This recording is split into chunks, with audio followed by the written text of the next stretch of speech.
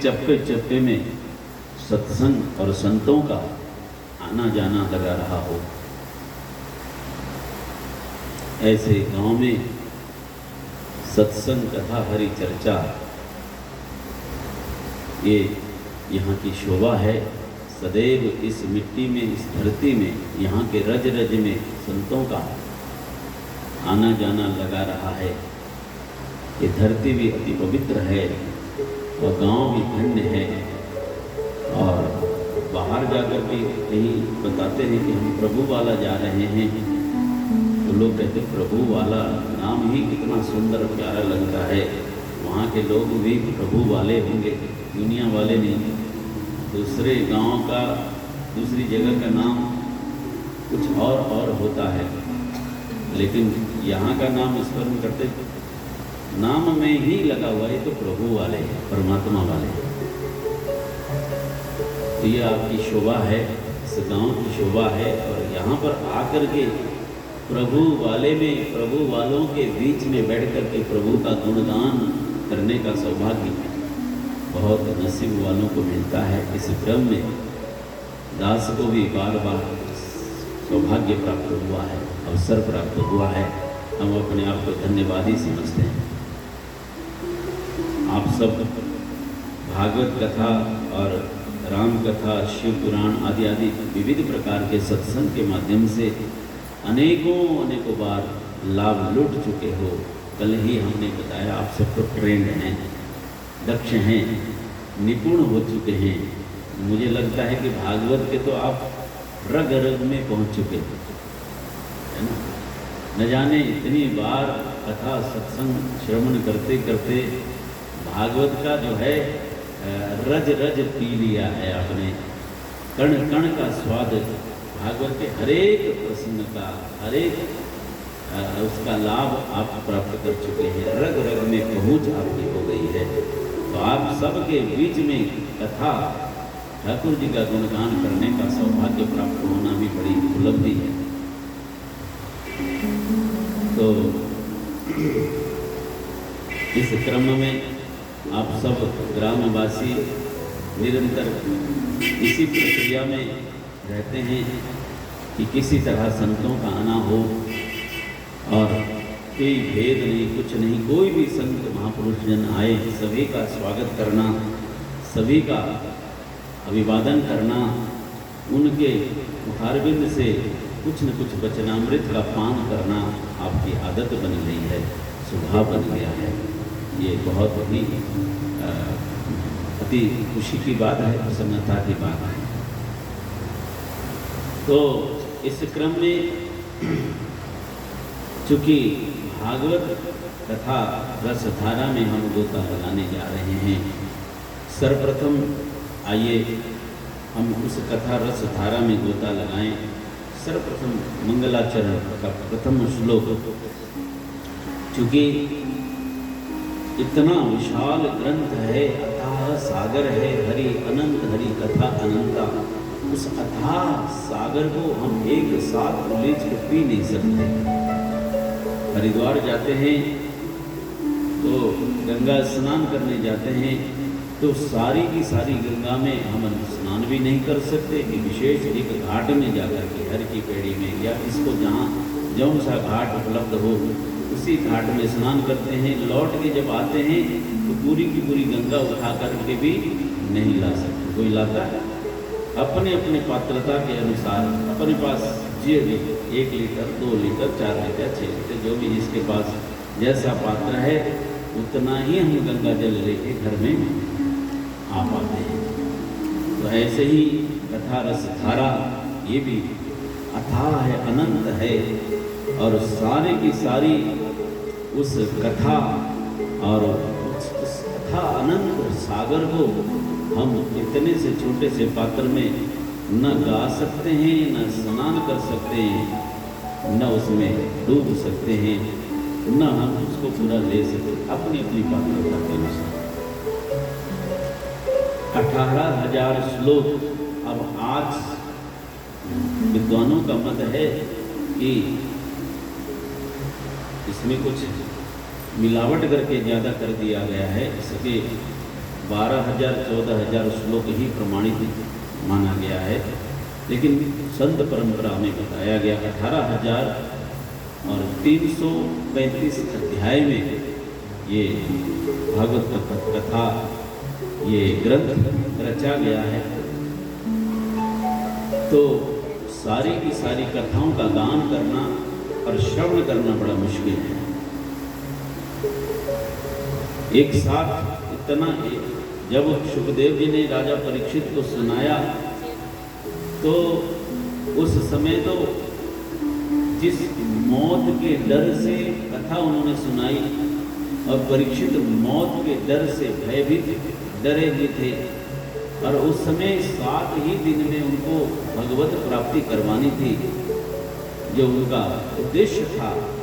तो उस समय दिन रात न खाने का ध्यान था, न पीने का, न सोने का, बिना रुके बिना नॉन स्टॉप 7 दिन तक कथा चली। ध्यान रखिए, एक बात सुनिएगा।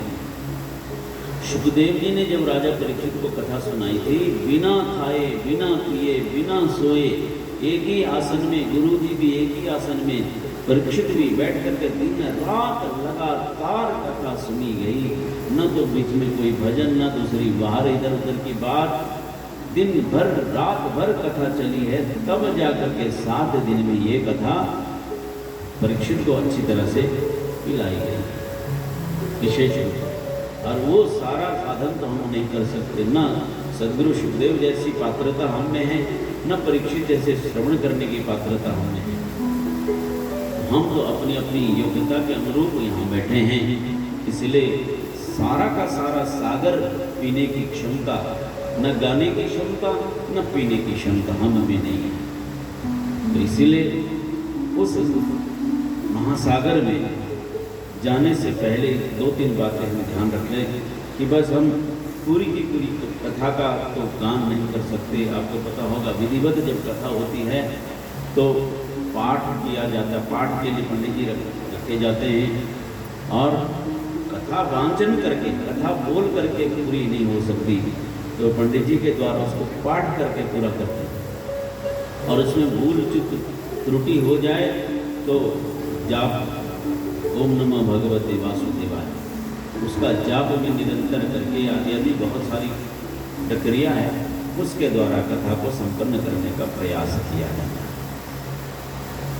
तो वो सारा क्रम हम नहीं कर पाते। तो ये भक्ति कथा रसधारा है, ज्ञान गंगा से भी ज़्यादा ही भक्ति कथा रसधारा है। इसमें भूल चूक लेनी देनी जो कुछ भी है गोविंदार्पणम, जो कुछ भी है। इसलिए यहाँ क्षमा याचना करना और शरणागति भक्ति के साथ इस कथा का श्रवण करना है। तो जितना हो सके हमें ज़्यादा से ज़्यादा, अधिक से अधिक लाभ लेंगे, क्योंकि हमने पहले बताया कि पूरा का पूरा हम नहीं ले सकते। तो जैसे कि कहीं कहीं घाट में जाकर स्नान करते, कभी हर की पेड़ी में या फिर किसी को जो जहाँ स्नान करने का मौका मिला, ऐसे ही हम भी इसमें कि कहीं कहीं गोता लगाएंगे, डुबकी मारेंगे, किसी प्रसंग में डुबकी मारेंगे, किसी प्रसंग में आचमन लेते हुए चलेंगे, किसी प्रसंग में छींटा मारते हुए चलेंगे, है ना। हरिद्वार कई लोग चले जाते हैं तो तबीयत खराब हो तो स्नान नहीं कर पाते, तो छींटा मार के चलो यही ऐसा करते। तो यहाँ भी हम यही प्रयास करेंगे, समय और परिस्थिति के हिसाब से। कहीं डूब जाएंगे, जैसे ठाकुर जी डुबाएंगे इस रस में, डूब जाएंगे, कहीं आचमन करते चलेंगे, कहीं छींटा मारते चलेंगे। इस तरह से भागवत कथा का लाभ हम सब प्राप्त करने का प्रयास करेंगे। तो आइए सर्वप्रथम पहले श्लोक, महात्म्य का पहले श्लोक का पाठ हम आप सब मिल करके करेंगे, और फिर अंतिम श्लोक का पाठ करेंगे, ताकि पूरा पूरा लाभ हम सबको भी न्यूनाधिक रूप में प्राप्त हो। इस क्रम के साथ आइए सर्वप्रथम मैं बोलूं, उसके बाद आप सब मिल करके उच्चारण करेंगे। बड़ा अच्छा लगेगा, बड़ा सीधा मनोभाव के साथ, बड़ी श्रद्धा और भाव के साथ सीधा बैठिए। ऐसा सोचिए कि परमपिता परमात्मा इस महामंत्र के माध्यम से हमारे हृदय मन मंदिर में प्रवेश करने जा रहे हैं। इस श्रद्धा और निष्ठा के साथ मैं एक बार बोलूं पुनः आप सबका सुना हुआ महामंत्र है, तो आइए मैं उच्चारण करूं, आप सब मिल करके एक साथ उच्चारण करेंगे। बोलो सच्चिदानंद भगवान की जय। सच्चिदानंद रूपाय, सच्चिदानंद रूपाय। आप सबने अनेकों बार सुना हुआ है ना? आप सब तो ट्रेंड है, इसलिए हम चाहते हैं कि सब उच्चारण करें तो बड़ा अच्छा लगेगा, भगवान को भी बड़ा अच्छा लगेगा। तो प्यार से सब मिल करके सच्चिदानंद रूपाय, सच्चिदानंद रूपाय। विश्वोत्पत्त्यादि हेतवे, विश्वोत्पत्त्यादि हेतवे। तापत्रय विनाशाय, तापत्रय विनाशाय।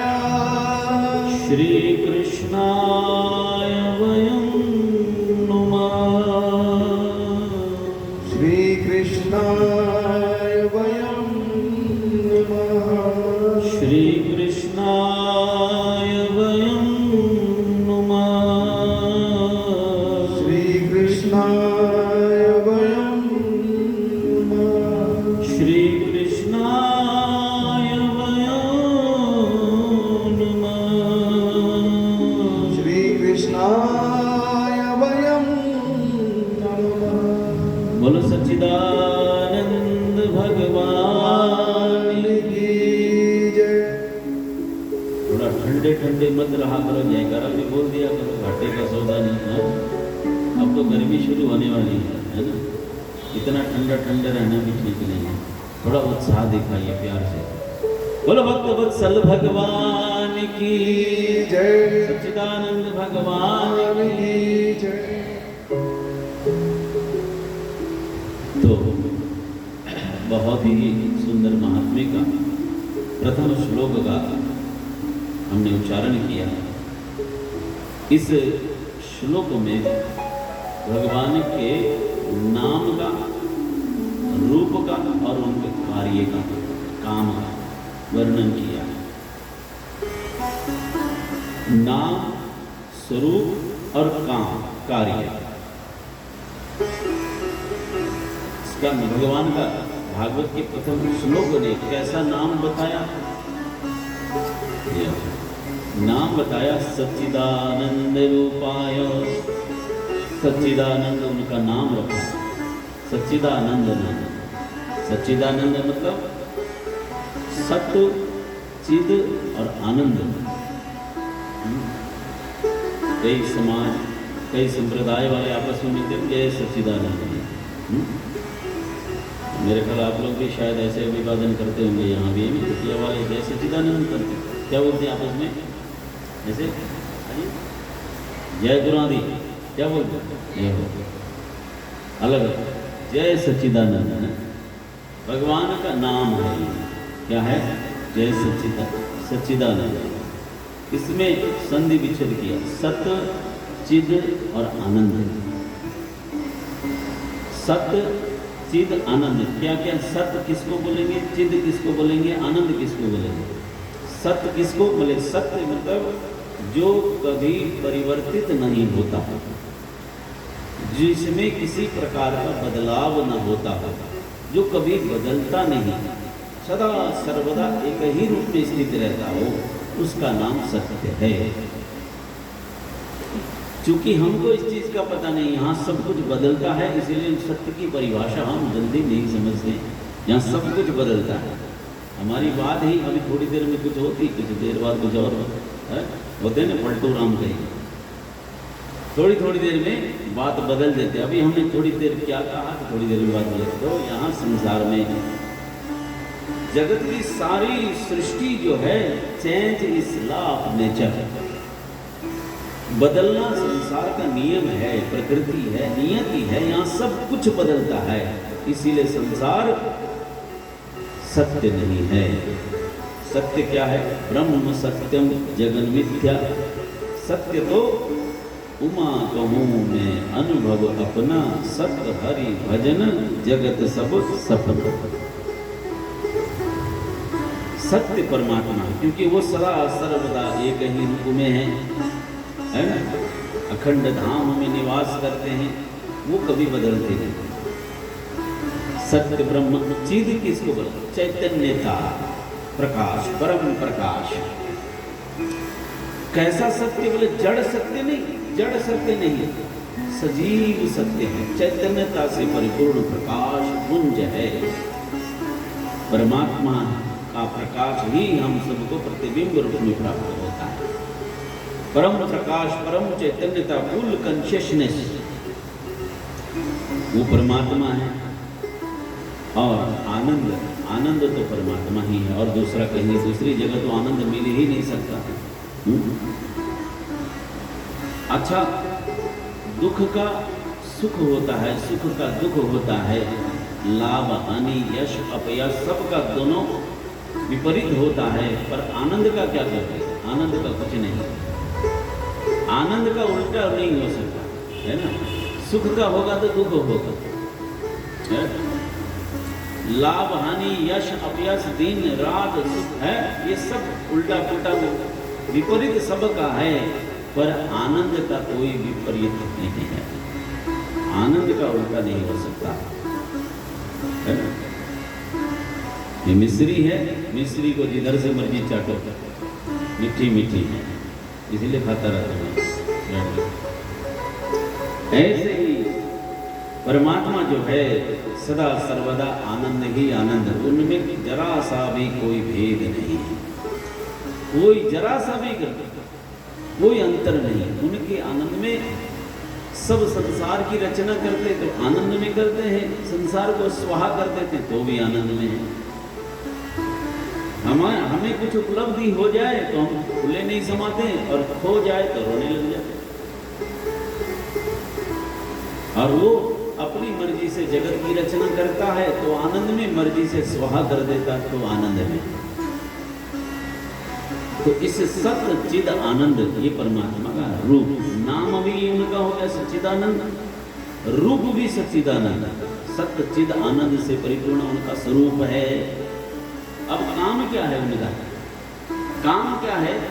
काम है विश्वोत्पत्त्यादि है तवे, संसार को पति खेल करता है, खेल है ये। जो छोटे छोटे बच्चे गांव में पहले खेलते थे, खेल खेल में जगत की रचना करते हैं। और ये जो पृथ्वी है, ऐसे अनंत अनंत अनंत अनंत कोटि ब्रह्मांड नजर में आवे, छिन्न में देख के पल में उड़ा, करोड़ों करोड़ों ब्रह्मांडों की रचना करता खेल खेल में, और खेल खेल में स्वाहा कर देता है, और आनंद में, मौज में। विश्वोत्पत्त्यादि है तवे, संसार को रचना करना, बनाना, संहार करना, अपनी मौज में, आनंद में, काम ऐसा है। तो ऐसे सच्चिदानंद घन परमात्मा को हृदय में बसाएंगे तो क्या होगा, है ना। जब तक हम लोग दुनिया वाले, जब तक कुछ मिलने वाला नहीं होगा, तब तक हम उस सर पे, उस दरबार पे भी नहीं जाते, है ना। ऐसा ही होता है। परमात्मा के दरबार में, गुरु दरबार में भी जाते किस लिए? हमारा कुछ न कुछ दुखड़ा, कुछ न कुछ हमारी फरियाद वहाँ सुनी जाती है। कृपा की न होती जो आदत तुम्हारी है, तो सुनी ही रहती अदालत तुम्हारी है, तो सुनी ही रहती अदालत तुम्हारी। कृपा की न होती जो आदत तुम्हारी, कृपा की न होती जो आदत तुम्हारी, कृपा की न होती जो आदत तुम्हारी, कृपा की न होती जो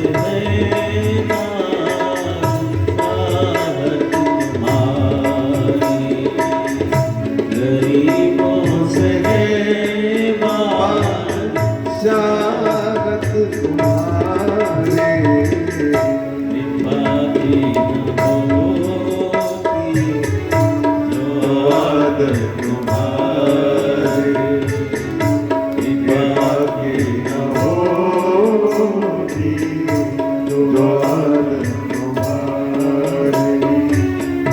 तो सुनी रहती अदालत तुम्हारी। तो सुनी रहती अदालत तुम्हारी। कृपा की न होती जो आदत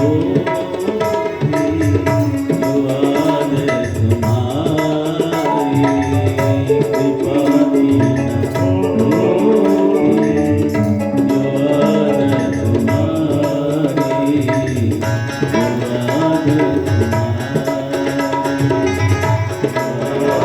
जो आदत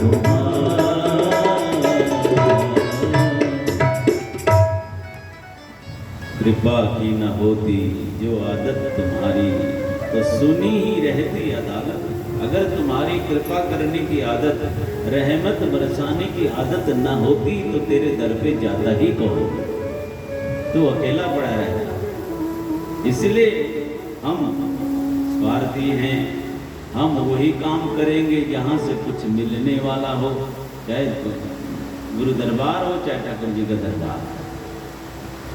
इसीलिए संत सदगुरु भगवान जानते हैं ये वही काम करेंगे, तो लालच दिखाया कि आओ कुछ तो मिलेगा। सच्चिदानंद रूपाय विश्वोत्पत्त्यादि हेतवे। तो ऐसे सच्चिदानंद घन परमात्मा को दिल में बसाने का लाभ क्या है? क्या लाभ है? बोले तापत्रय विनाशाय श्री कृष्णाय वयं नमः। ऐसे सच्चिदानंद घन परमात्मा को दिल में बसाएंगे तो क्या होगा? तापत्रय विनाशाय। तीनों प्रकार के तापों को विनष्ट कर देते हैं, समाप्त कर देते हैं। ताप, ताप आज की आधुनिक भाषा में टेंशन है। ताप में जैसे जलन होती है ना, ताप में तो इतना तो समझ आता है। मई जून की गर्मी में धूप पड़ती है तो क्या हाल होता है? जब बाहर से धूप पड़ती है तो सारा बदन तपता है, लेकिन ताप भीतर से पड़ जाए तो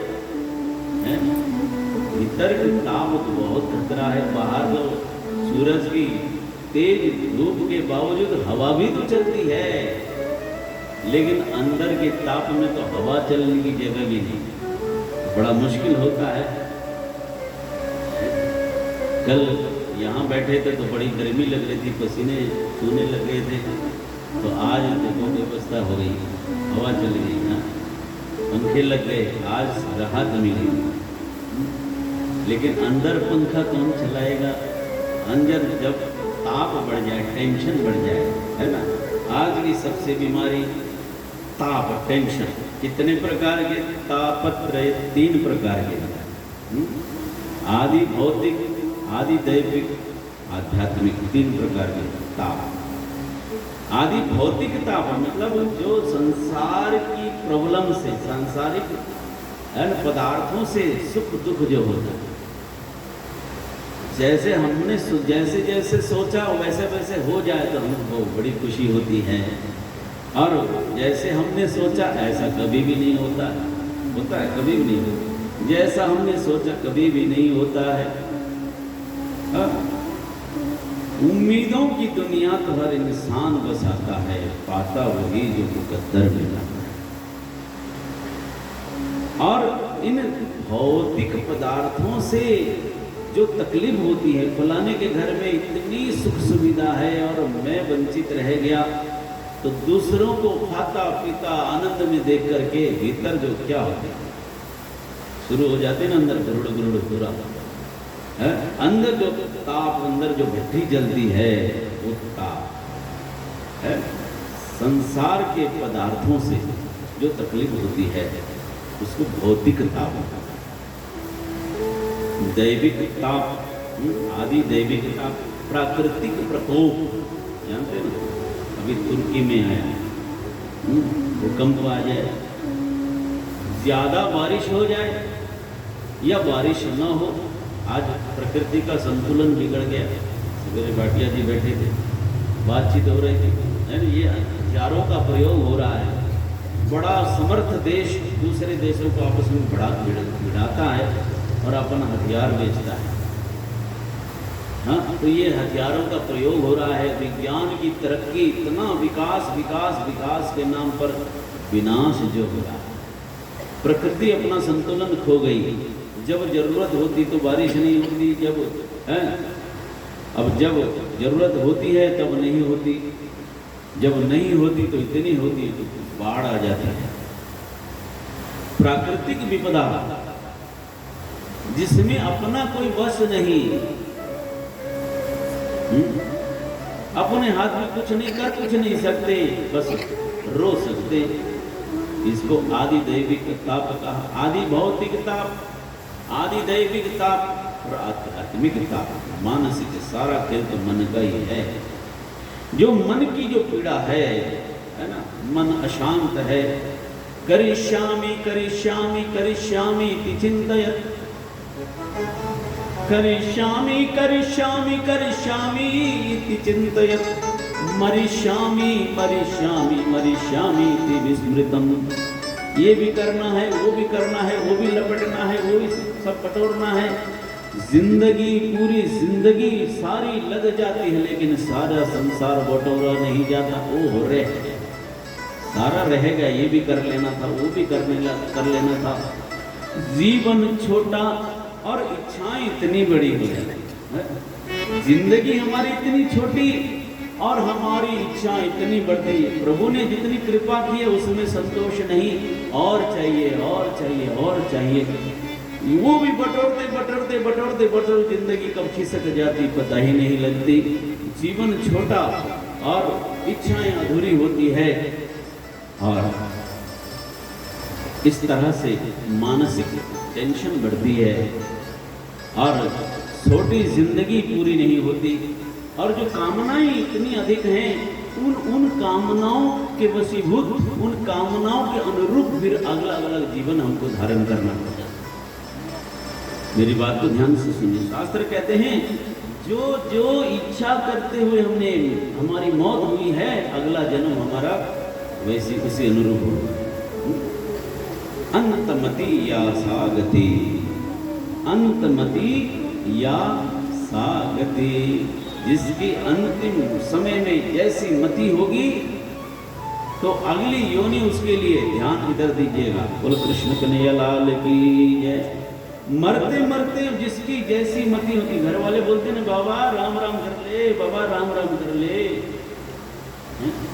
अब बाबा राम राम जीवन में अभ्यास किया हो तो राम राम बने, जिंदगी भर तो किया नहीं, अभ्यास किया नहीं, और अंतिम समय राम राम क्या है, राम राम बोला ना जाए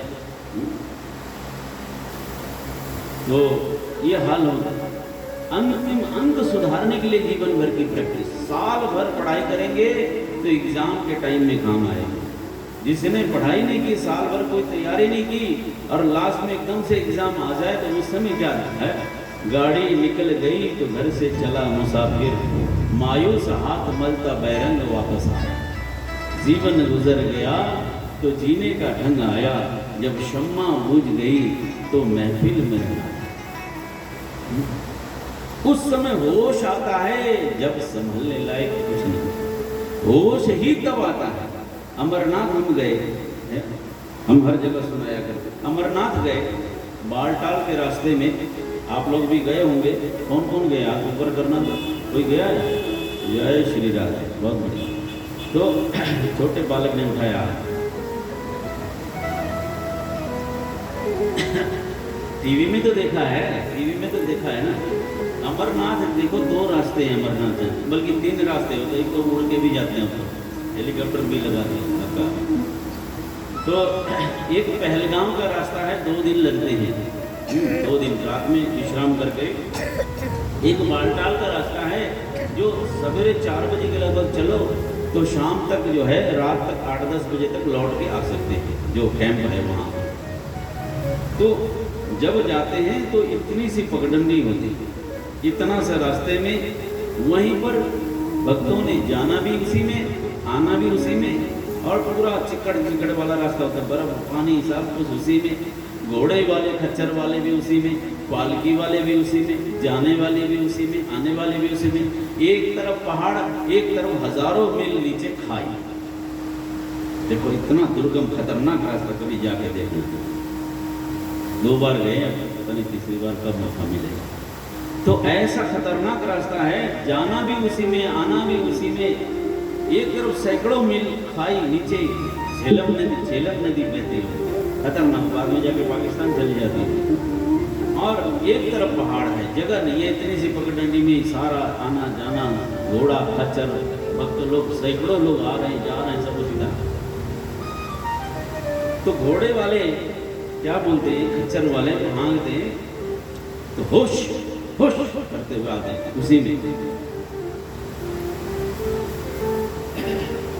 आवाज लगाते हैं डंडा मार के, हुश हुश हुश करते हुए। जाते भी आते भी हमने बहुत बार सुना। दूसरी बारी जब गए तो वही हुश हुश हुश। तो हमने एक खच्चर वाले को पकड़ के पूछ लिया, भाई ये हुश हुश क्या है? ये हुश हुश क्या है? ये जब देखो हुश हुश करती, घोड़े को भगाने का तरीका है या तुम्हारा कोई कोड वर्ड है जो घोड़ा समझता है और सरपट भागता होगा? ये हुश हुश क्या है, इसका मतलब क्या है? कि घोड़े के लिए है।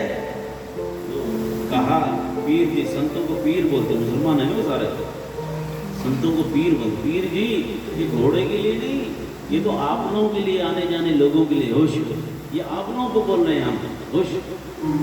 हुश क्या बात, हम तो कुछ नहीं, हमको किसी को समझ में नहीं आ रहा हुश क्या है। बोले हुश नहीं, बोलो पीर जी हुश नहीं, होश, होश पूर्वक चलो। बोलो सच्चिदानंद भगवान की, होश पूर्वक, होश से चलो, क्योंकि खतरनाक है, आने जाने में उसी में, और जरा से पैर चुके नहीं की। जय श्री राधे हो जाए, कल्याण हो जाए वहीं है। कब जहाँ कल्याण हो जाए कोई पता नहीं, इसलिए होश लिखा होता है ना, सावधानी हटी दुर्घटना घटी। होश पूर्वक, तो ये होश के लिए है सारा, ये सारा खेल होश पूर्वक। होश नहीं है, है? जीवन, होश उस समय आता है जीवन गुजर गया तो जीने का ढंग आया, जब शम्मा ही बुझ गई अब महफिल में रंगा है। तो तब होश आता है। जब तक जवानी है, जब तक करने लायक कुछ होते, तब तो ये भी बटोरना है, वो भी बटोरना है, ये भी लपेटना है, ये भी पाना है। और अब यात्रा जाने लगे तब होश आता, ओहो काश ये काम न करते तो कितना अच्छा होता, काश उस समय है।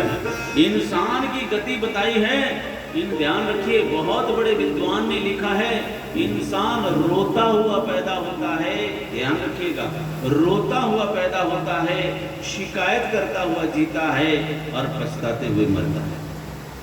हमारी जिंदगी की पूरी कहानी है, रोता हुआ पैदा होता है ना।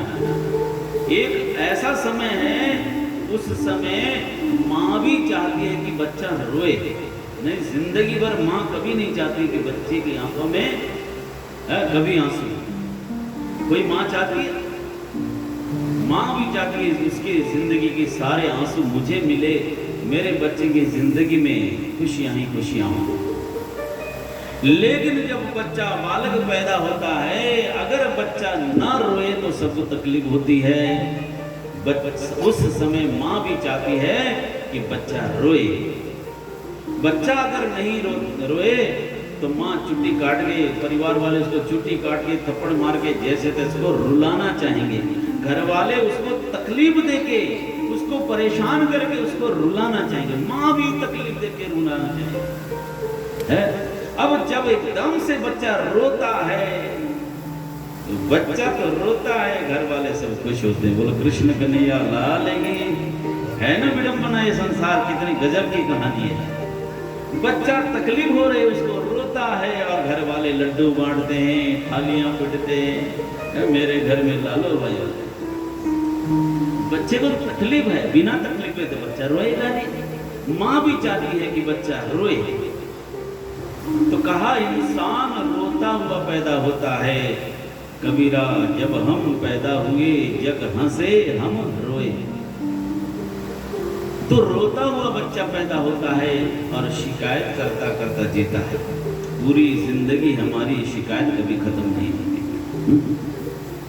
कभी जिंदगी में शिकायत कम नहीं होती। शिकायत भी किससे? अपनों से शिकायत होती है। हमें तो अपनों ने मारा, गैरों में कहाँ दम था, कश्ती तो वहीं डूबी यहाँ पानी भरे। तू मेरे साथ ये करेगा, मैंने सपने में भी नहीं सोचा। मैंने फलाने के लिए क्या नहीं किया, मैंने उसके लिए क्या नहीं किया और बदले में उसने क्या सिला दिया। कभी कभी तो भगवान से भी सिला, भगवान से भी शिकायत। देखो मैंने इतने 16 सोमवार कर लिए, इतने पाठ कर लिए, इतना वो कर लिया, इतने दरबार पे पोछा लगाया, सफाई करी, सब कुछ किया और मेरे साथ ही यही ना। तो शिकायत शिकायत शिकायत करता करता जीता है, रोता हुआ पैदा होता है, शिकायत करता करता जीता है और पछताते हुए मरता है। और जब मरने की घड़ी आती है, जीवन भर की कहानी फिल्म बन के, मूवी बन के सामने चलने लग जाती है, तब सिर पिटता है, ये काम मैं ना करता तो कितना अच्छा होता, हाय हाय मैंने ये क्या कर दिया, ओए होए होए। तब करने लायक जीवन गुजर गया है। जीवन गुजर गया तो जीने का ढंग आया, जीने का ढंग आया। जीवन गुजर गया तो जीने का ढंग आया, जीने का ढंग आया। जीवन गुजर गया तो जीने का ढंग आया, जीने का ढंग आया। जीवन गुजर गया तो जीने का ढंग आया, जीने का ढंग आया। शम्मा बुझ गई तो जब शम्मा बुझ गई तो महफिल में रंग आया, महफिल में रंग आया। जब जब शम्मा बुझ गई तो महफिल में रंग आया, महफिल में रंग आया। जीवन गुजर गया तो जीने का ढंग आया, जीने का ढंग आया। जीवन गुजर गया तो जीने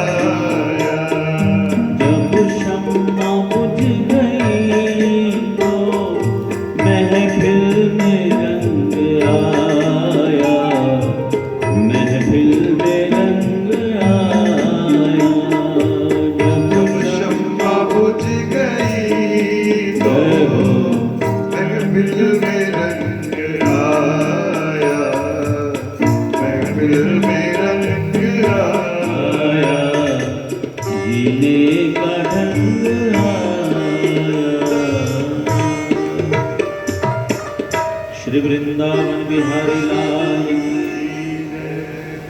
तो उस समय होश आता है जब करने लायक कुछ नहीं होते हैं।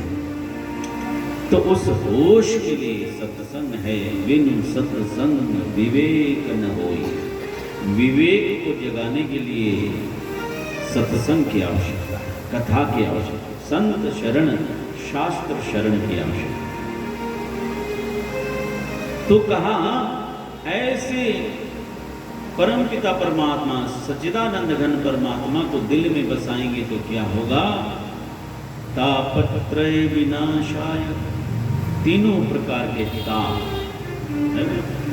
आदि भौतिक ताप, दैविक आदि दैविक ताप और आध्यात्मिक ताप, टेंशन, स्ट्रेस, हाइपरटेंशन, नींद की गोलियां, इंजेक्शन, बढ़िया बढ़िया है।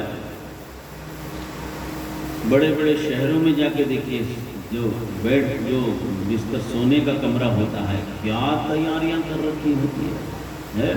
क्या साधन लगा रखे होते हैं। ऐसा शानदार बंगला, शानदार बिल्डिंग, और उसमें सोने का हर एक कमरा। क्या आज सुविधा, विज्ञान ने कितनी तरक्की कर रखी है। इतना बढ़िया बिस्तर, चारों तरफ एसी और खुशबू, इतना सुंदर वातावरण, मंद मंद संगीत चल रहा है। और इतना बढ़िया बिस्तर में, ऐसे बिस्तर में इंजेक्शन लगा के सोने के लिए जाना पड़ता है।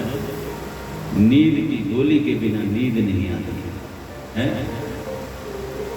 बटोर लिया बहुत कुछ, पाया कुछ नहीं। क्या मिला?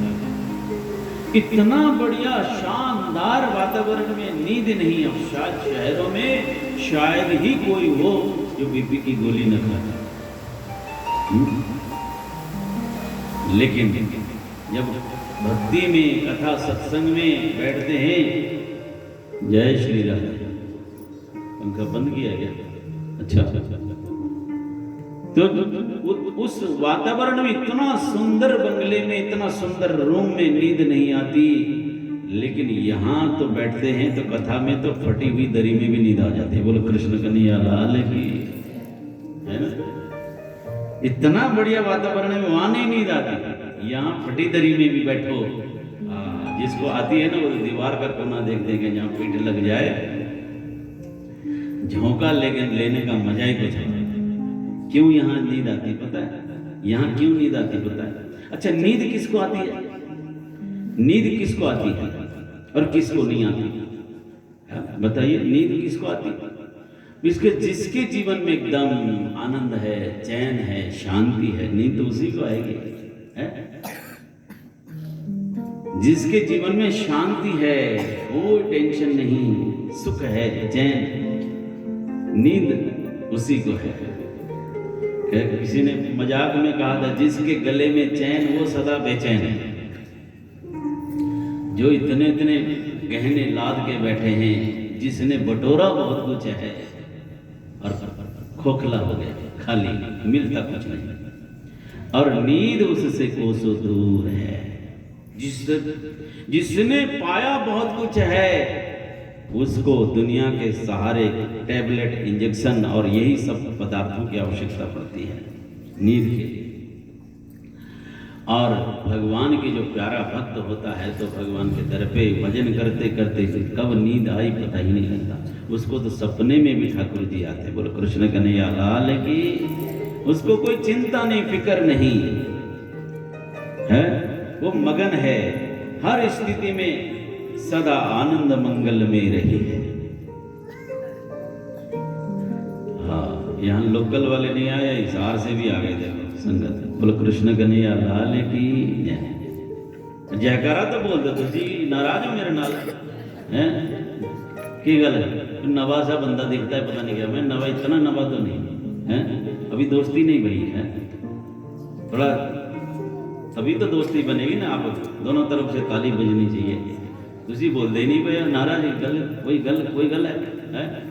कोई नाराजगी है सड्डे नालों? हाजिरी लगाया करो प्यार से। बोलो कृष्ण कन्हैया लाल की। ये वाला मोहल्ला जरा चुप चुप ही रहता है, थोड़ा प्यार से आ जाए। बोलो सच्चिदानंद भगवान की। भागवत भगवान की जय। थोड़ा लाया गंगा जी री कोई गल नहीं। तो इसीलिए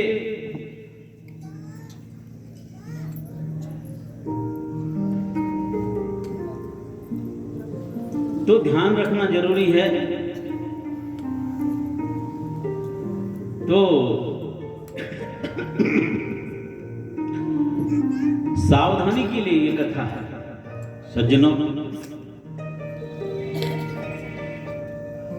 तो जिस तरह से भक्त जो आनंद में रहता है, चैन है उसके जीवन में, सुख है, शांति है, चैन है, मगन है, चाहे कैसी भी स्थिति आ जाए, भगवान का भक्त जो होता है, कैसी भी बुरी से बुरी परिस्थिति क्यों ना आ जाए, भगवान का भक्त कहता है इसमें भी शायद हमारी भलाई होगी। सच्चा सेवक भगवान का यही भरोसा जागता है। चाहे बुरी से बुरी स्थिति सर्वस्व स्वाभाविक हो जाए ना, वो टूटता नहीं, बिखरता नहीं। ध्यान रखना, वो कहता है शायद इसमें भी कोई भलाई होगी, है? इतना भरोसा आ जाता है। और भगवान वही देख रहे होते हैं मुझ पर कितना भरोसा इसका है। अगर सुख में उसको याद करे, कहा ना, दुख विपदा क्यों आती है? क्योंकि गोविंद चाहते हैं कि ये मेरे निकट निकट रहे। दुख में सुमिरन सब करे, सुख में करे न को, जो सुख में सिमरन करे तो दुख काहे को। ये जो विपदा आ रही है, तकलीफ है, तो गोविंद चाहते हैं कि ये मेरे नजदीक रहे, मेरे सन्निकट रहे। तो दुख विपदा भी आए, टूटता नहीं भक्ति। और जिसने गोविंद का आश्रय नहीं लिया, जिसने संतों का आश्रय, सतगुरु का आश्रय नहीं लिया, वो बिखर जाता है, वो टूट जाता है। सत्संग जिसके जीवन में है वो टूटता नहीं, उसका भरोसा और बढ़ता है। दुख में तो हमारा इलाज होता है, चिकित्सा होती है। सुख समझना, संतों ने कहा सुख आए, आनंद आए जीवन में, सुख आए, अनुकूलता आए, तो समझना प्रभु की कृपा है। ये 2-3 बात याद रखना। अगर सुख सुविधा है जीवन में, सब कुछ आपके कहे मुताबिक है, तो समझना प्रभु की कृपा है, भरपूर अनमोल कृपा है। और विपत्ति है, दुख है, तो समझना प्रभु की मर्जी है। बोलो कृष्ण कन्हैया लाल की मर्जी है। वो चाहते हैं कि हमें तकलीफ हो, क्योंकि जब इलाज होता है तो तकलीफ तो होती है, जब चिकित्सा होती है तो तकलीफ होती है। वो हमारा इलाज कर रहे होते हैं, तो समझना तकलीफ है, तो वो चाहते हैं कि कहीं अति पाकर के हम मद में फूल न जाएं, कहीं दुनिया में बिखर न जाएं। इसलिए भगवान चाहते हैं कि ये दुख संकट दे करके इलाज हमारा कर रहे हैं, ताकि बुद्धि हमारी ठीक बनी रहे। तो तापत्रय विनाशाय श्री कृष्णाय वयं नमः। ऐसे सच्चिदानंद घन परमात्मा को मन में रखेंगे, दिल में रखेंगे, तो क्या होगा? तापत्रय विनाश, तीनों प्रकार के ताप, टेंशन, स्ट्रेस सब दूर हो जाएगा। गोविंद मन मगन हो जाएगा। सर्वत्र जित देखूं तित श्याम, आंखें खुली हो तो भी श्याम, और आंख बंद हो सपने में भी उसी का गीत है। वो पंजाबी आप लोग माताएं गाती, पता नहीं बहुत साल पहले माता ने सुनाया था भजन एक, आंख बंद करूं या खोलूं मुझको दर्शन दे देना। ठरवी में सुनाया था, पता नहीं 12-15 साल पहले, याद है। आंखें बंद करूं या खोलूं मुझको दर्शन दे देना। तो कितनी अच्छी बात है। आंखें खुली हो तो ठाकुर जी का दीदार है हर रूप में, और आंखें बंद हो गोपाल की याद आए, स्मरण हो, सपने में भी उसी का दीदार हो। तो उसको भला क्या कमी है। तो ऐसे परमात्मा को दिल में धारण करेंगे तो तीनों प्रकार के ताप, संताप, स्ट्रेस सब सुहा हो जाएगा और रोम रोम में श्याम होंगे और जीवन आनंद रस से भर जाएगा। बोलो कृष्ण कन्हैया लाल की। तुसी कित्थे चले गए? या करा भी बोलते चलो, नाराजगी नहीं है ना? पक्की बात नहीं है तो बोल दिया करो। घाटे का सौदा तो नहीं, पक्की बात ये मैं वचन देता हूँ। घाटा तो नहीं लगेगा आपका जयकारा करने से। हाँ, थोड़ी एक आधा रोटी कम हो सकती है आपके पेट से, बस इतनी। तो प्यार से बोल दिया करो। बोलो कृष्ण कन्हैया लाल की, सच्चिदानंद भगवान की। एक तो मुझे घड़ी दे दो, मेरे पास घड़ी नहीं है।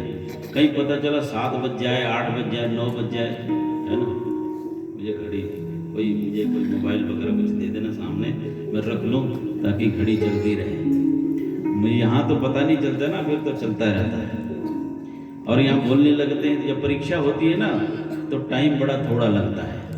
एग्जाम में बैठते हैं तो बस अगर 5 मिनट और मिल जाता, अगर 7 मिनट और मिल जाता, मैंने सारा सब कुछ लिख देना था। जय हो भाटिया साहब की, जय हो, जय हो। हाँ, बोलो सच्चिदानंद भगवान की। जब एग्जाम में बैठे होते हैं तो अगर 5 मिनट और मिलता तो मैंने ये भी लिख देना था, वो भी लिख देना था, वो भी लिख देना था। लेकिन टाइम तो टाइम तो सब लिखित है, निश्चित है। किसी के लिए आधा सेकंड भी टाइम फालतू नहीं है। टाइम किसके पास? किसी को जाकर पूछो क्यों नहीं आए सत्संग में? टाइम ही नहीं मिलता, मैं टाइम ही नहीं मिलता है। ऐसा क्या है? सवेरे भाटिया साहब कह रहे थे फ्री बैठे फिर भी टाइम नहीं है। यही बात हुई थी। काम भी कुछ नहीं और टाइम भी नहीं। टाइम क्यों नहीं है? देखो, बचपन से बच्चे को पूछना, सवेरे उठते ही बच्चा फटाफट भागता है स्कूल के लिए। क्या क्यों भाग रहे? बोला टाइम नहीं है, ट्यूशन जाना है। बहुत बोले ठंड के दिन में सवेरे 5 बजे बहुत उठा देती माँ, ट्यूशन जाओ। सवेरे का भागा हुआ बच्चा रात को 7-8 बजे घर में आता है। कंपटीशन है।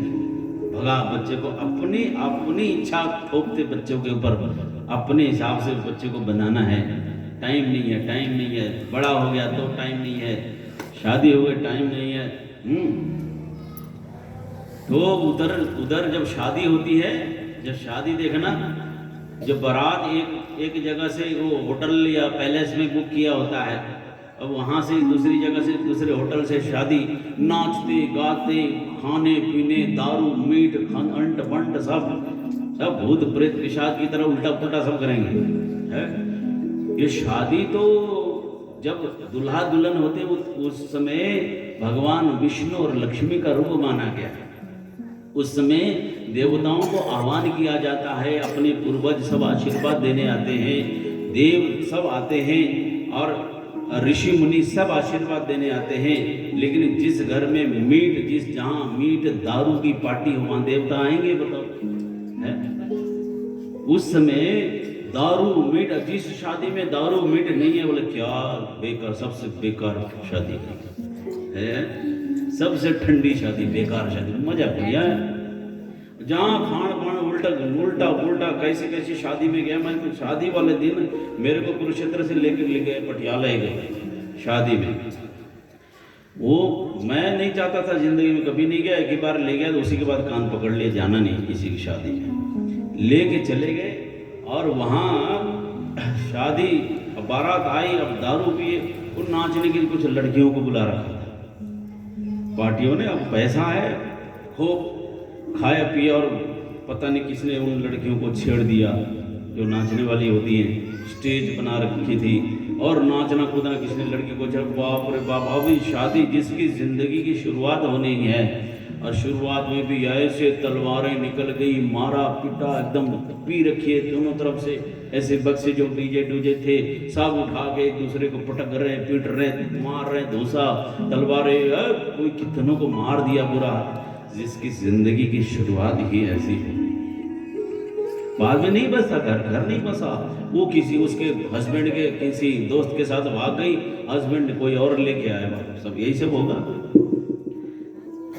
शादी है, ये शादी उस समय भगवान विष्णु और लक्ष्मी का रूप दुल्हा दुल्हन होते हैं, उसी रूप में पूजन होता है।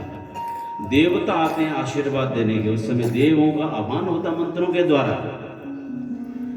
और जिस घर में ये सब अंड पंड खान उल्टा पुल्टा ये दानवों को जैसा व्यवहार हो, जहाँ पाप भूत प्रेत नाचते, वहाँ देवता कहाँ से आएंगे, कहाँ आशीर्वाद होगा। फिर जिस घर में इस तरह से शादी होगी, आगे तो भगवान ही मालिक है, भगवान ही मालिक है ना आगे। तो उसकी जगह पर इतना टाइम लगाएंगे, वहाँ से सजने संवरने में टाइम लगाएंगे, पैसा लगाएंगे, शॉपिंग में टाइम लगाएंगे, खर्चा करेंगे। और कम से कम ये 200-300 मीटर की जगह नहीं होती, उसमें 4 घंटे लगा देंगे नाचते कूदते, उल्टा सीधा खान पान कर। अब जब असली आशीर्वाद और फेरे का टाइम, जब शादी का टाइम आता है, उस समय पंडित जी बोले, पंडित जी फटाफट करना, टाइम नहीं है। जब देवताओं को बुलाने का टाइम है, जब असली वस्तु विशेष शादी विशेष, उस समय मंत्रों के द्वारा बुलाया जाता है ऋषि मुनियों को, पूर्वजों को, सब आशीर्वाद देने के लिए। उस समय पंडित जी को है अब उल्टा पुल्टा करने में बहुत टाइम सारा लगा दिया, फालतू धमा चपड़ी के लिए पूरा टाइम लगा दिया। लेकिन असली शादी, असली वस्तु के लिए टाइम नहीं है। पंडित जी जल्दी करना फटाफट। कोई पंडित जी कहेंगे अभी तो सारा मंत्र सब रह गए, अभी देवताओं को बोला, अरे पंडित जी ज़्यादा दक्षिणा ले लेना थोड़ा सा, लेकिन टाइम नहीं, फटाफट कर निपटाओ। पंडित जी सर तुम मरने को तैयार हो, मरो फटाफट, मैंने भी 2-4 और शादियाँ निपटानी है, मरो, बाकी भुगतना तुमने। तो जब शुरुआत ही ऐसी होगी तो फिर कैसे होगा। टाइम नहीं है, टाइम नहीं है। जब एक ही बार में हॉस्पिटल में पहुंचता है बंदा, जिंदगी भर कहता है टाइम नहीं है, टाइम नहीं है, टाइम नहीं है, टाइम नहीं है। हॉस्पिटल में डॉक्टर मशीन लगा के हाथ पकड़ के देते, ले इसका तो टाइम आ गया। बोलो कृष्ण कन्हैया लाल की। जीवन भर टाइम नहीं मिला, टाइम तो वहां मिला, टाइम आ गया, इसको टाइम आ गया है। क्या मिला? जीवन गुजर गया तो सीने का ठंगाया, जब शम्मा बुझ गई तो महफिल में रंगाया। एक बार हरि नाम संकीर्तन सब मिलकर के प्यार से, चार सब मिलकर एक बार जयकारा बोलिए, बोलो कृष्ण कन्हैया लाल की। गोपाला गोपाला रे प्यारो नंद लाला, गोपाला गोपाला रे प्यार से जय हो नंद लाला, गोपाला गोपाला रे प्यारो नंद लाला, गोपाला गोपाला रे प्यारो नंद लाला, प्यारो नंद लाला मदन गोपाला, प्यारो नंद लाला मदन गोपाला, मदन गोपाला प्यारो नंद लाला, मदन गोपाला प्यारो नंद लाला, गोपाला गोपाला रे प्यारो नंद लाला,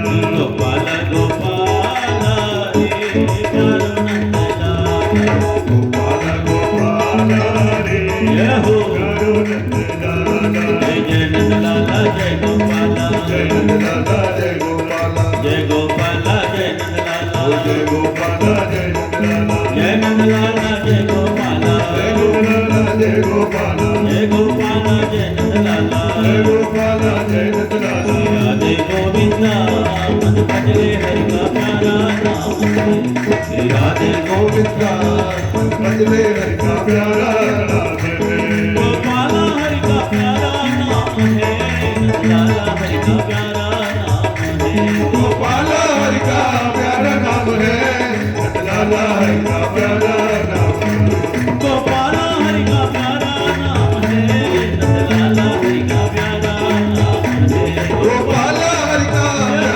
नाम है, नंद लाला हरि का प्यारा नाम है, गोपाला गोपाला रे प्यारो नंद लाला, गोपाला गोपाला रे प्यारो नंद लाला,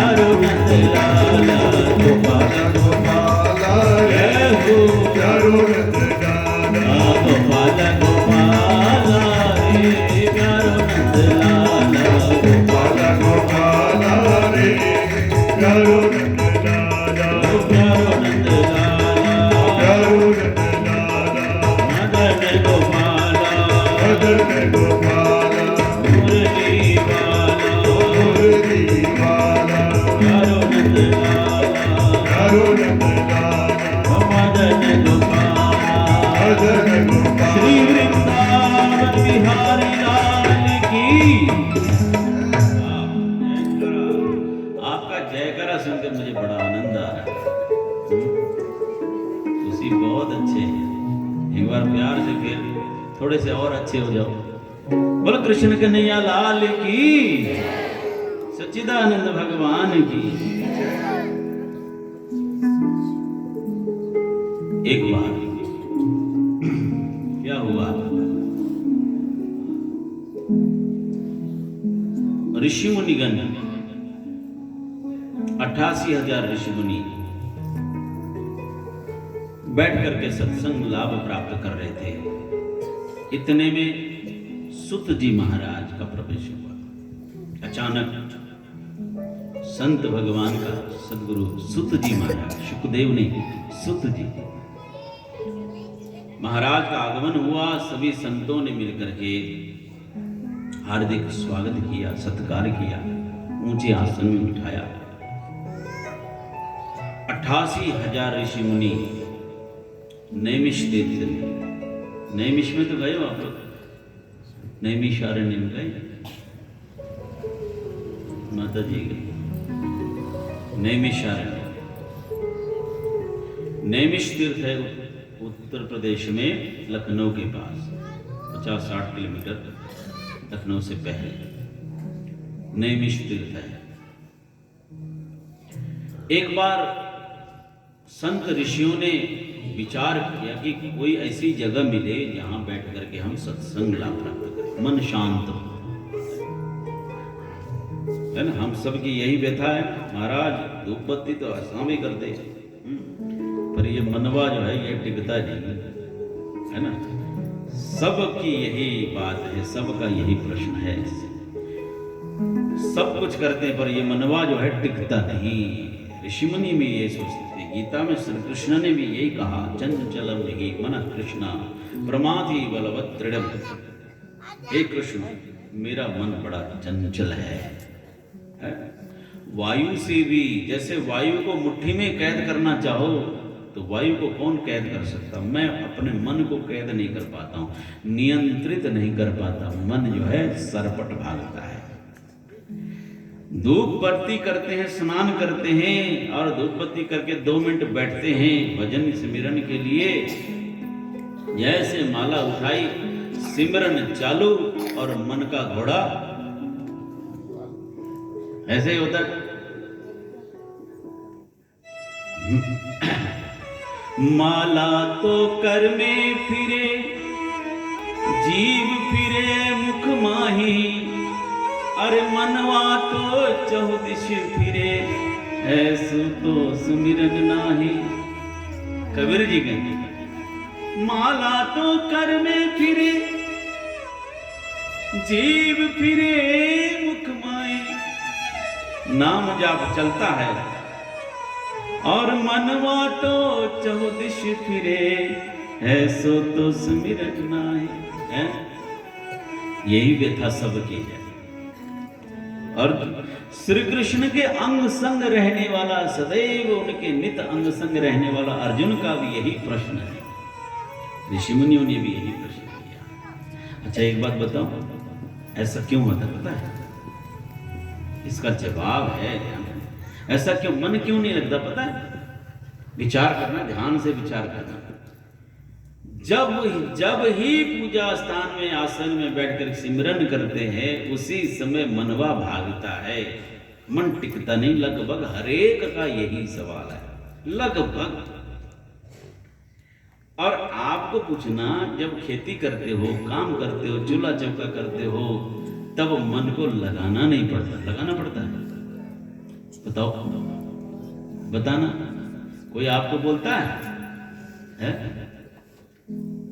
जब जगत का काम करते हैं, आप खाना भोजन बना रहे हो, तब आपको मन को लगाना नहीं पड़ता, जबरदस्ती बांध बांध के लगाना नहीं पड़ता है? और जब मार्केट में शॉपिंग करने जाती हो तब मन को लगाना पड़ता है, जब खरीदारी मोल भाव करते हो तब है, जब दुकानदार के साथ मोल भाव होता है तब मन को लगाना पड़ता है। बताइए, नहीं लगाना पड़ता है ना। संसार का सारा काम करते हुए, पालकों का लालन पालन पोषण करते हुए, जगत का काम धंधा करते हुए मन को लगाना नहीं पड़ता। और गोविंद के चरणों में बैठते ही मन को खींचने पर भी टिकता नहीं, बदमाश कहीं का, और भागता है। अच्छा, क्यों होता है ऐसा? बता क्यों होता है ऐसा? इस पे विचार करना, यही समझने की बात है। यही समझने की, जिस दिन ये बात समझ में आ जाए सारी समस्या हल हो जाए चुटकी में। ये सवाल है बहुत बड़ा और सभी का है। अच्छा, विचार करें जवाब पर। मन क्यों नहीं लगता? जब तक दुनिया का काम करते, संसार का काम करते, सब कुछ करते हैं तो मन को लगाना नहीं पड़ता। और जब गोविंद का सिमरन करते, अपने गुरु मंत्र का जाप करते, उस समय मन टिकता नहीं। गोविंद, उस समय मन नहीं लगता। क्यों नहीं लगता पता है? इस बात का जवाब ये है कि जब तक संसार का काम करते हैं, मन को ये भरोसा है कि ये मेरा है और मेरे लिए है। बोलो कृष्ण कन्हैया लाल की। विचार कर, उसके साथ अटैचमेंट है, ये मेरे लिए है। शॉपिंग भी करते तो मेरे लिए है ना। दुनिया का, संसार का काम करते हैं तो ये मेरे लिए है, मेरा है, मेरा अपनापन है, अटैचमेंट है उस जगत के साथ, दुनिया के साथ, परिवार के साथ, मार्केट के साथ, बोल कुछ भी करते हैं उसके प्रति अपनापन है। इसलिए उसको लगाना, मन वही लगता है जहां अपनापन हो। और गोविंद के साथ बैठते समय इसीलिए नहीं लगता क्योंकि ये तो सिर्फ धूप बत्ती का मालिक है, सुबह शाम कर देंगे वो छुट्टी है। जो ध्यावे फल पावे, सौदा बहुत बड़ा बड़ा करेंगे हम, बहुत दिमाग है इंसान को, बड़ा खोपड़ी बड़ी तेज है। कट्टे फटे नोट रख देंगे, सड़े गले सामान सारा बेकार में, घर में अचार सड़ जाए, लड्डू सड़ जाए, मतलब कुटिया में ले जाके दे दो, बेकार सड़ा गला, बेकार है। जैसे टूटे फूटे नोट जो दुनिया में न चले, बोले मत्था टेकने का काम आ जाएगा है। और वो जो ले जाके वहां रखे, जो ना चले दुनिया में, नोट फट जाए, मत्था टेकने का काम आ जाएगा। दान पात्र खोल के देखते हैं ना, तब पता चलता है। और वो डाल के बदले में सौदा देखो ना, होशियार इंसान, उसके बदले फटे कटे नोटों के बदले दुख बिन से मन का है, और सुख संपत्ति घर आवे है। जो डॉक्टर नहीं कर सके, जो वकील नहीं कर सके, जो एडवोकेट नहीं कर सके, कोर्ट कचहरी में जहां कहीं काम नहीं बने, और कष्ट मिटे तन का, थोड़ा सा अर्पण करके कितना बड़ा सौदा है। इतना इंसान इतना होशियार है, थोड़ा सा सड़ा गला बेकार का ही निकालते। भक्ति भी बोले बाद में दिखाएंगे, जब जवानी है, जब कर सकते तब नहीं करेंगे। बुढ़ों का जब डंडा पकड़ने लायक नहीं, क्या माला पकड़ेगा? खिला हुआ गुलाब हमको अच्छा लगता है, प्रभु को भी वही अच्छा लगता है। उनको मुरझाया हुआ अर्पण करोगे, फटाकटा अर्पण करोगे, सड़ा गला अर्पण करोगे, टाइम नहीं है। बचा हुआ बेकार का सड़ा हुआ, बचा हुआ दुनिया का काम करके बचा हुआ बेकार सा टाइम जो है सत्संग के लिए, भगवान के लिए, इसीलिए मन नहीं लगता। समझ में आई बात? आई कि नहीं बात? भगवान के साथ गोविंद का सिमरन करते हुए मन क्यों नहीं लगता? समझ में आई बात? इसीलिए कि उसको हम अंतिम नंबर में रखते हैं। इतनी लंबी जीवन की लंबी लिस्ट में भगवत भक्ति जो है उसके अंतिम में है। उसकी लिस्ट जो है, जब टाइम हो तो देखेंगे, टाइम हो तो, टाइम तो मिलना ही नहीं। जिंदगी जब तक रहेगी फुर्सत न होगी काम से, वो तो अंतिम नंबर है। और वो अंतिम नंबर इस जन्म में आने वाला नहीं, इस जन्म में आना ही नहीं है। तो जीवन छोटा है, इच्छाएं बड़ी हैं, और उन इच्छाओं को पूरा करने के लिए अलग अलग, कभी कभी किसी घर में कुत्ता बन के आना पड़ता, कभी गधा बन के, बोझा उठाने की आदत है, कुत्ता गधा बन के आना पड़ेगा। घर वाले पानी डाल डाल के डंडा मार मार के भगाएं, फिर भी पूंछ हिलाते हुए वहीं बैठा रहेगा, चिपका अंदर से चिपका। अंतमति या सागति, अंतिम जैसी मति होगी उसी अनुसार जीवन होगा। इच्छाएं बड़ी, जीवन छोटा हो गया, फिर नाना भांति रूप लेकर के आएगा। तो इस तरह से मन क्यों नहीं लगता? मन इसीलिए नहीं लगता कि गोविंद के प्रति अपनापन नहीं। जैसे मीरा ने कहा, मीरा ने क्या कहा? मेरे तो गिरधर गोपाल दूसरो न कोई। मीरा ने तो अंतः चित्त से यही कहा। दुनिया ने बहुत सताया, मीरा ने सुहाग के निशान नहीं हटाए। पतिदेव पतिदेव का देहांत होने पर भी मंगल चिन्ह नहीं उतारे, सुहाग के निशानी नहीं उतारी, और संतों के भक्तों के बीच में मगन होकर नाचती गाती। उसने विधवा का वेश बनाया ही नहीं और रोई नहीं। मीरा को लोगों ने कहा है ना, अब राजपूतों की बहू, रानी, महारानी, और जब पति भोजराज बहुत सहयोगी थे, अच्छे थे पति मीरा के पति ने अच्छा सहयोग दिया। उनके जाने के बाद देवर ने और सास ने बड़ा उत्पात मचाया, तो हमारे घर की कुल मर्यादा को नाश कर रही है?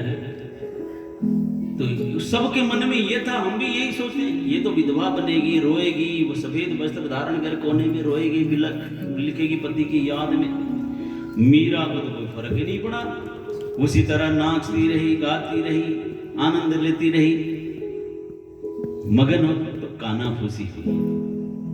दुनिया वाले दूसरे का सुख देख नहीं सकते ना। इंसान अपने दुख से नहीं, दूसरों के सुख से परेशान है।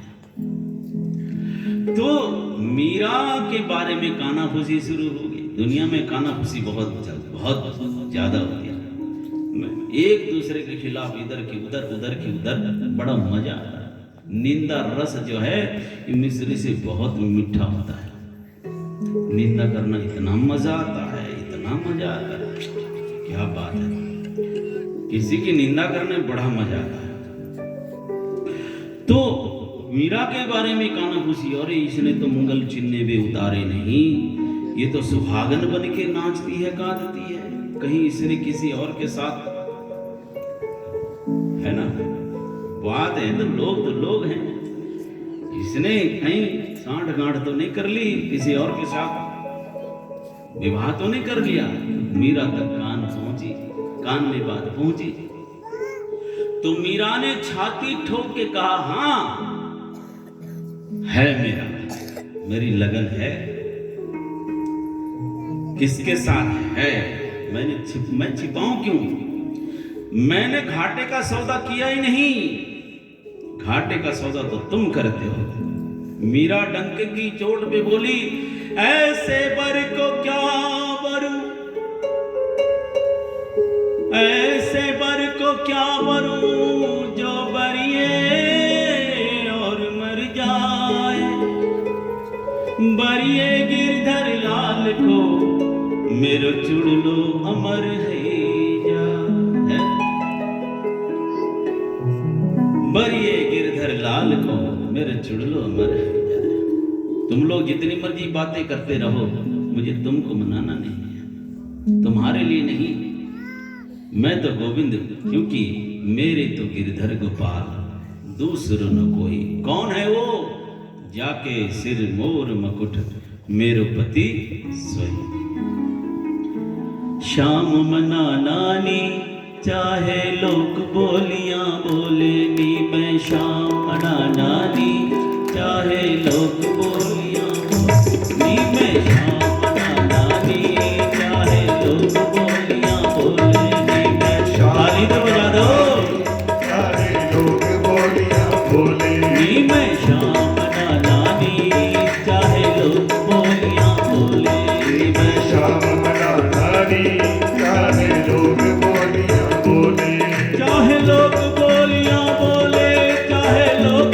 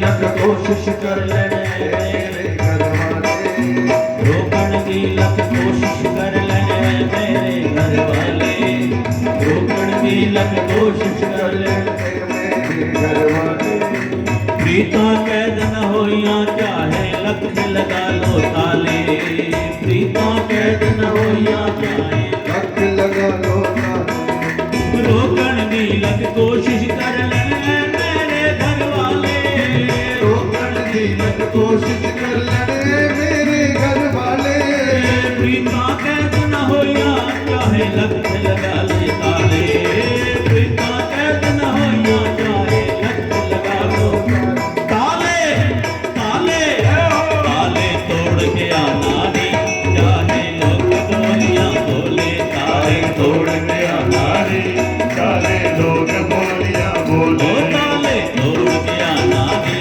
चाहे लोग बोलियां बोले, काले तोड़ के आनारी, काले लोग बोलियां बोले, चाहे लोग बोलियां बोले, चाहे लोग बोलियां बोले, चाहे लोग बोलियां बोले, चाहे लोग बोलियां बोले, चाहे मैं ता बाज नया नानी, चाहे लोग बोलियां बोले, मैं ता बाज नया नानी, चाहे लोग बोलियां बोले, जी मैं नाम मना नानी, चाहे लोग बोलियां बोले, शाम मना नारी, चाहे लोग बोलियां बोले नी मैं शुक्र मना नानी, चाहे लोग बोलियां बोले नी मैं शाम मना नानी, चाहे लोग बोलियां बोले, चाहे लोग बोलियां बोले, चाहे लोग बोलियां बोले, चाहे बोलियां बोले, चाहे लोग बोलियां बोले, बोले, चाहे लोग बोलियां बोले, चाहे लोग बोलियां बोले, चाहे लोग बोलियां बोले, चाहे लोग बोलियां बोले, मैं ता बाजना नानी, चाहे लोग बोलियां बोले, मैं ता बाजना नानी, चाहे लोग बोलियां बोले, नी मैं शाम मना नानी, चाहे लोग बोलियां बोले, नी मैं शाम मना नानी, जय हो लोग बोलियां बोले, नी मैं शाम मना नानी, चाहे लोग बोलियां बोले, नी मैं शाम मना नानी, मैं ता बाजना नानी, चाहे लोग बोलियां बोले, मैं ता बाजना नानी, चाहे लोग बोलियां बोले, नी मैं शाम मना नानी, चाहे लोग बोलियां बोले, नी मैं शाम मना हरी चाहे लोग बोलियां। श्री वृंदावन बिहारी लाल की। आहा, इतने अच्छे हैं आप लोग, बहुत अच्छे। इतना जोर से जयकारा मत बोलना, कहीं पंडाल उड़ गया तो काम खराब। जोर से मत बोला कर। श्री वृंदावन बिहारी लाल की।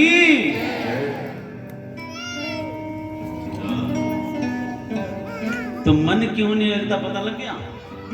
अजय, मन क्यों नहीं लगता? क्योंकि गोविंद के साथ अपनापन नहीं है? जिस दिन पता लगे वो मेरा है, मैं उसकी हूं, फिर मन को लगाना नहीं पड़ता। सज्जनों ध्यान रखिएगा, हमारी तो नजरें, हमारे 1-2 कैमरे यहाँ लगे हैं, हमारे नजरों के कैमरे तो सबकी फोटो खींचने में लगे बिजी हैं। कौन आ रहा है, कौन जा रहा है, किसी ने कौन सा सूट डाला है, आज इसने ये डाला तो कल मैं दूसरा डाल के आऊंगी, है आज इसका ये इसके सूट के इधर की तरफ ठीक नहीं लग रहा, फलाने ने कितना माथा टेका। ये सब हम तो इस वीडियो शूटिंग में लगे हुए है ना।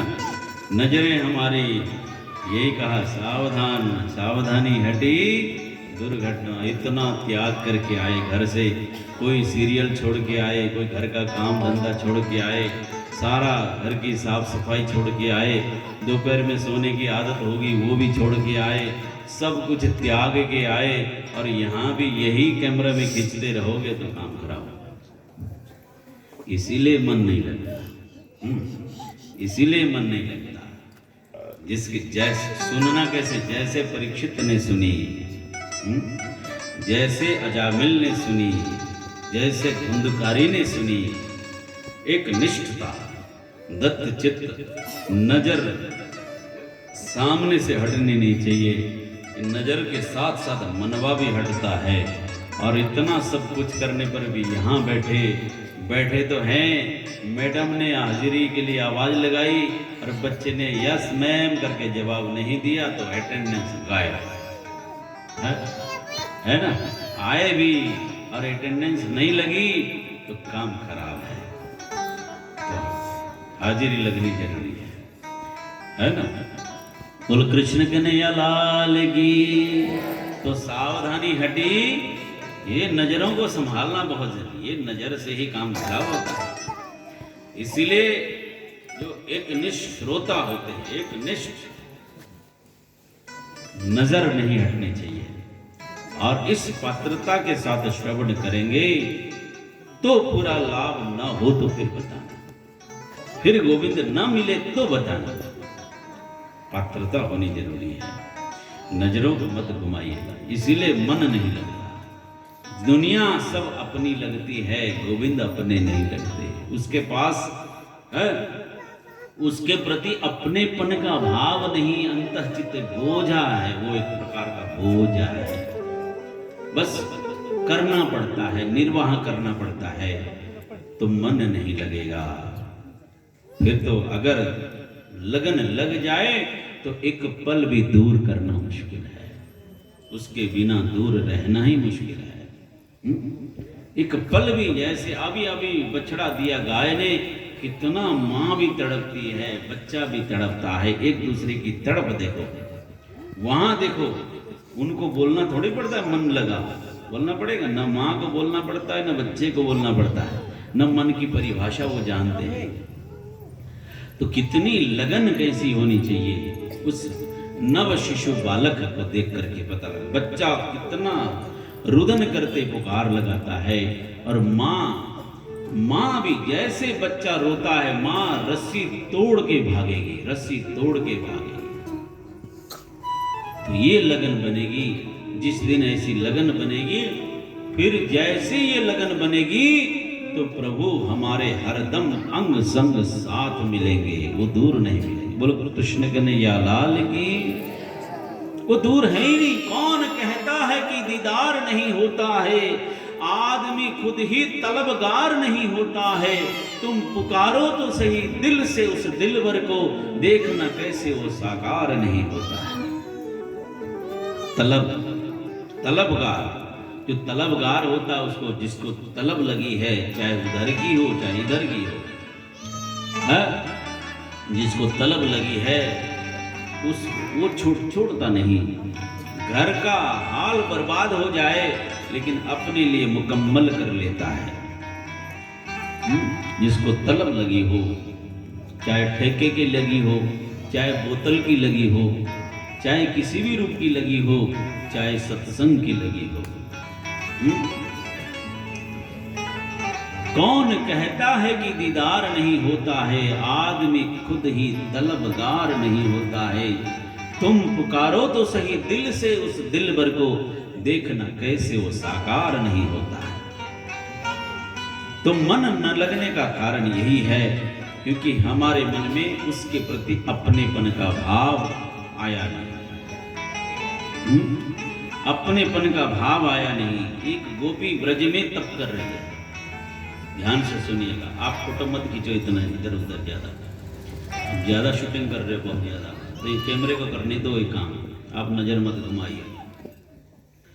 तो गोपी ब्रज में तप कर रही है यमुना किनारे। नारद ने देखा ये तो अनहोनी हो गई। वृंदावन में कोई तप करता भला? कोई वृंदावन तप करने की जगह नहीं है। दुनिया में सब जगह से सारी कोशिश करने के बाद जो प्राप्त फल है वो वृंदावन में तो भोगना है? जन्मों जन्मों तक ऋषि मुनियों ने तप किया, साधन किया, तपस्या की, हजारों वर्ष लगा दिए, और वो देवी देवता ऋषि मुनि ज्ञानी ध्यानी वर्षों तप करने के बाद ब्रज के गोप ग्वाल गोपी बन के आए हैं। उसके फल स्वरूप उनको ये दिव्य रूप मिला। अब प्राप्त फल गोविंद उनके अंग संग घूमते हैं, उसी का फल है, उसी का फल है। अब उनको तप नहीं, अब तो फल भोगने का टाइम है। आप भी? तो नारद ने पूछा, गोपी तेरा दिमाग खराब हो गया? किसके लिए तप कर रही है? अब पाना क्या शेष रहे? सुरेश गणेश महेश दिनेश ध्यान धरे पर पार न पावे, उनको गोकुल की छोरियां छछियां भर छाछ पे नाच नचावे। तुम्हारे आगे पीछे घूमता है, तुम्हारा रोज का काम करता है, तुम्हारा नौकर बन के घूमता है, गुलाम बनता है? और तुम यहाँ सर्व ऐसे अप्राप्य ब्रह्म तुम्हारे लिए सर्व सुलभ हो गया है, फिर भी तुम तप कर रही हो? ये क्या माजरा है? माजरा क्या है? क्यों तप करती हो? क्या पाना, अब क्या पाना शेष रह गया जो तप करती हो? तो गोपी ने गजब का उत्तर दिया, नारद तुम क्या समझो कि मैं किस लिए तप करती हूं? सुनो मेरा जवाब, मैं कोई पाने के लिए तप नहीं कर रही। गोपी ने गजब का जवाब दिया, नारद मैं कोई पाने के लिए तप नहीं कर रही है, फिर किस लिए? फिर बोले ये अंदर जाकर के चिमड़ के बैठ गया, अंदर रोम रोम में धस गया, चिमड़ के बैठा है, अंदर चित्त में अंदर घुस के बैठा हुआ है, उसको गोविंद को निकालने के लिए तप कर रही। बोल कृष्ण कन्हैया लाल। न खाने देता है, न बैठने देता है, न घर का काम करने देता है, हर पल हर घड़ी हर पल आंखें खोले तो वही सामने दिखता है, बंद करो तो वही नजर आता है। हर काम घर संसार का काम करो तो उसके अलावा कुछ दिखता ही नहीं। हम घर संसार के लायक रहे नहीं, इसलिए पाने के लिए नहीं नारद, निकालने के लिए तप करते। देखो ये अब ऐसे लोगों को ही मन लगाना पड़ता है। तो इस तरह से तो कोई ऐसी जगह बताइए जहां बैठ करके तप करने का मन करे, साधन करने का मन करे। तो ब्रह्मा जी ने एक मनस चक्र भेजा।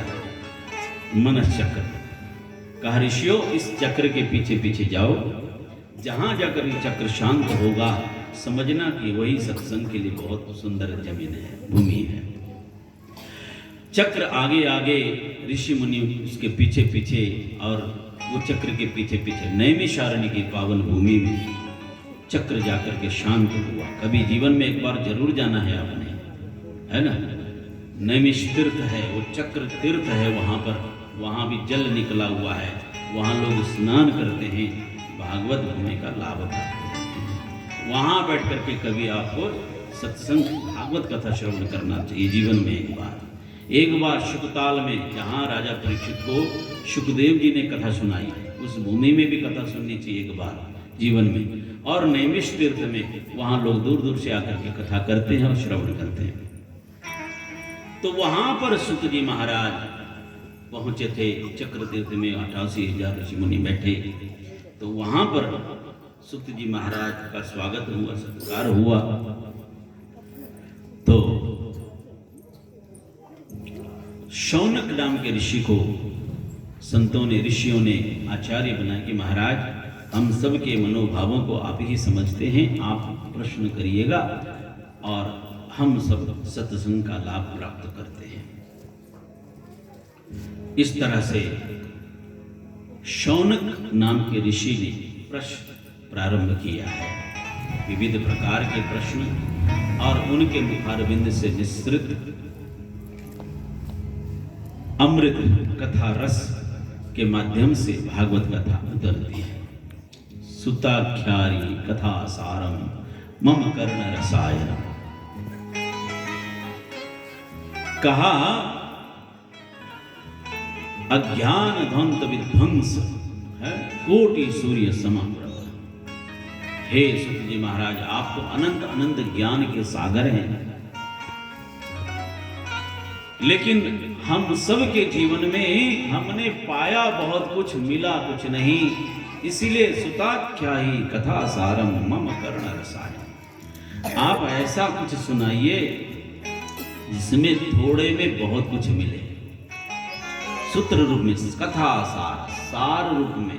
देखिए सार, दूध का सार मक्खन है ना, 2 लीटर 4 लीटर दूध पीना मुश्किल है, पी ले तो पचाना मुश्किल है, लेकिन उसी दूध का मक्खन निकाल लें, मक्खन मधुर भी होगा, पराठे में डाल के आप खाते हो, है ना, और मधुर भी होता है और ऊर्जा भी ज्यादा मिलती है। तो इसी तरह सार रूप मक्खन गोविंद को भी पसंद है, इसलिए गोविंद को सार अच्छा लगता, मक्खन अच्छा लगता है। सुताख्या ही कथा सारम मम कर्ण सायनम। हे सुत जी महाराज, अब सार रूप में, कथा सार रूप में आपके पास अथाह भंडार है, उनमें से कुछ कुछ बूंद हमको पिलाइए। सुन करके सुत जी गदगद हो गए। ऋषियों, आप सबकी जिज्ञासा, आप सबकी प्रार्थना, आप सबका मनोभाव देख करके मुझे बड़ी प्रसन्नता हुई, मेरा रोम रोम गदगद हुआ है।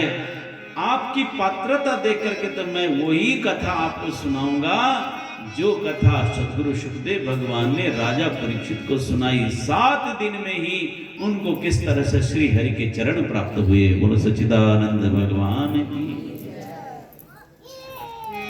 तो सुत जी महाराज अनेक प्रकार की कथाओं को गान, भागवत जी की महिमा का वर्णन हो रहा है। देखिए, ये तो अथाह सागर है भागवत जी, अभी तो महिमा का वर्णन हो रहा है। नेपाल में जो भागवत कथा होती है ना, नेपाल में हम तो एक ही दिन में निपटा देते महात्म्य की कथा।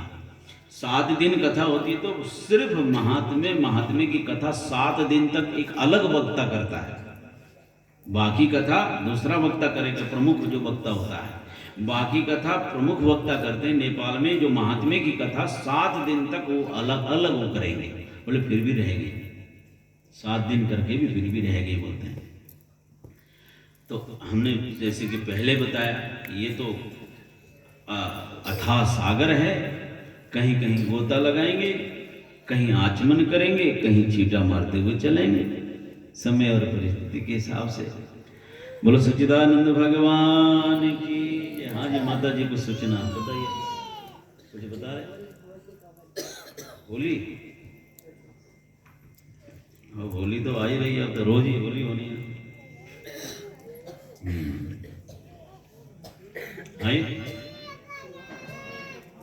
हाँ जी, हाँ जी, बिल्कुल बिल्कुल बिल्कुल। थोड़ा सा प्रसंग ले लें फिर बोलिएगा।